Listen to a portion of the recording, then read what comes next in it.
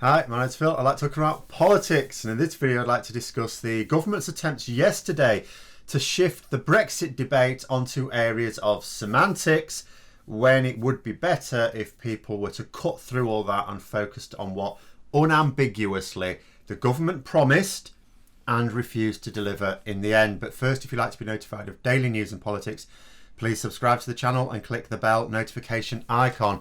So the reason for this video, it's not only commentary on an important statement from the government yesterday, but to begin to counter the gaslighting that is to come in the year 2021. Because next year, Brexit will be a disaster. The abuser, Boris Johnson's government in this case, will tell us that it is our fault. That everything they have done is according to our instructions, so it's our fault. This is categorically untrue.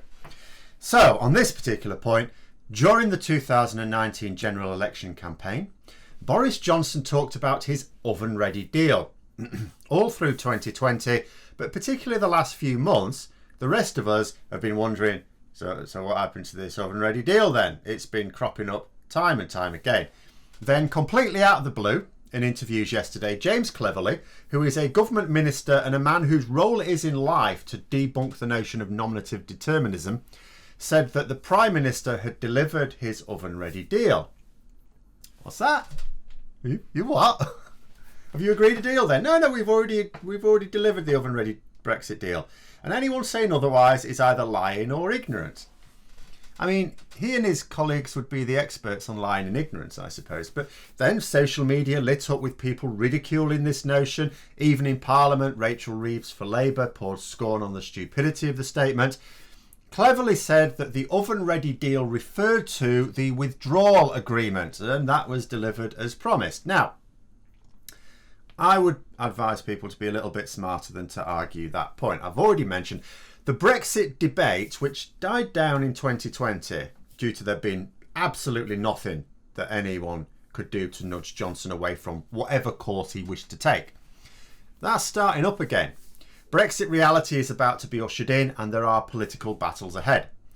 Political battles that I and like-minded people are definitely going to lose over the next few years, but they have to be fought in order to eventually start to move towards winning in a few years' time. If we're going to change any of this, can't happen before 2024, but in order for it to start happening in 2024, some battles have to be won. And it's a tried and tested debating trick, this. You know, if you're struggling to argue on matters of fact, doesn't mean you've lost the argument. All you do is you turn to semantics.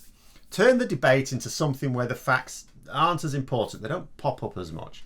The fact of the matter is that the oven-ready deal may well refer to the withdrawal agreement. I got no problem with that. Yes, there are statements that Johnson and his colleagues made which indicate that it meant more than that. Yes, he gave the impression to the electorate that the oven-ready deal meant free trade agreements with the EU. In addition, this oven-ready deal has been a meme all year. People have been asking, so where's this oven-ready deal then? Oh, it's not doing very well. Oh, the oven doesn't seem to be turned on. Oh, you might have left it in a bit long. All of this has been coming out. If the government genuinely just meant that the withdrawal agreement was the oven-ready deal, why didn't they say, hang on a minute, no, we just meant the withdrawal agreement. Why didn't they say that earlier? Why did they wait until the week where we are expecting Johnson to have to announce that he is so useless that he couldn't get us the easiest deal in human history? But it's all pointless. The oven-ready deal is the withdrawal agreement. No problem. Absolutely fine with that. In fact, if you looked at the Conservative Party manifesto, doesn't contradict that statement. Absolutely doesn't contradict it. I'm happy to go along with that. Does that mean that they did keep their promise? No, not at all. Because we need to focus on the core points, not be distracted about what made up terms. I mean, oven-ready deal is not a standard term used in international diplomacy. It's a made up term. What it means or may not mean doesn't matter. Don't argue that. If the oven-ready deal was the withdrawal agreement, they have still gone back on their promise. Conservative MPs, on the instruction of the government, have voted multiple times to tear up that withdrawal agreement.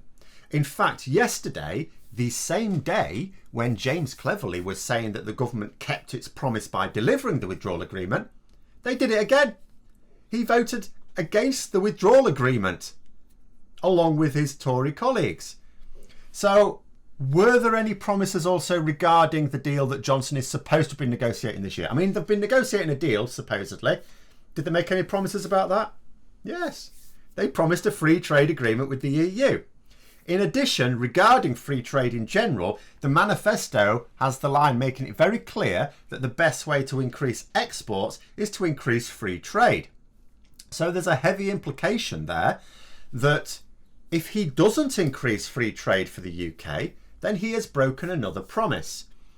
And then imagine if you'd dramatically reduced the level of free trade that the UK enjoys. I mean, that would be a terrible betrayal of his election promises, wouldn't it? So throughout next year and probably beyond, Brexit arguments are going to spring up.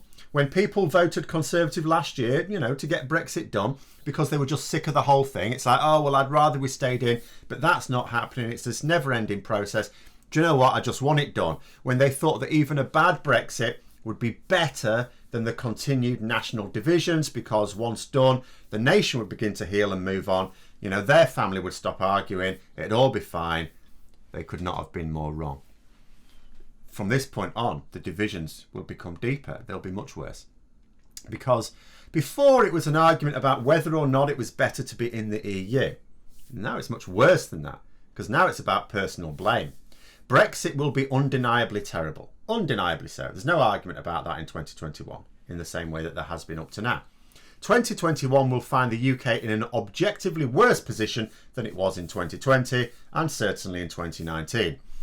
People are responsible for this. What is at stake now isn't some ideology, which is not actually all that important to most people when it comes to it, but people's credibility. Now that is incredibly important. Having argued so aggressively for Brexit for so long, having destroyed relationships over it, the average gobshite's ego is far too fragile to ever admit that they were wrong and all that damage was their fault. So when these arguments break out, it will be really important to focus on the salient points, the clear promises. During the general election campaign, we were promised the withdrawal agreement that had already been written and agreed. It was there in black and white. Not a single letter of it has changed since because it was an international treaty. The government are duty bound to deliver on that withdrawal agreement. So far, they have failed to implement many of the measures contained within it ahead of the end of the transition period, and they keep voting to try and tear it up.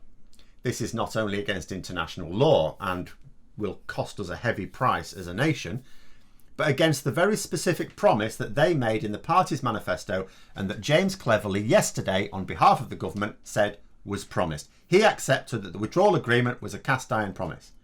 So why are you trying to break it then? As a little aside, Cleverly also tried to say that the reason why the negotiations are going so poorly is because the UK had negotiated in good faith and the EU had not. The UK government, of which he is a vocal member, is trying to tear up the agreement that they struck with the EU a year ago. This is the most egregious example of bad faith than I can possibly imagine between traditional allies. And indeed, there are Conservative MPs who say that Boris Johnson privately told them that he was always going to tear it up, that it was his plan all along. Before he'd even signed it, before it had even passed through Parliament, he was telling them that he was going to throw it in the bin.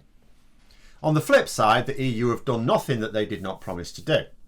Whenever you see articles saying that the EU have come up with new demands or they've gone back on something, you read the article, it never says what it actually is.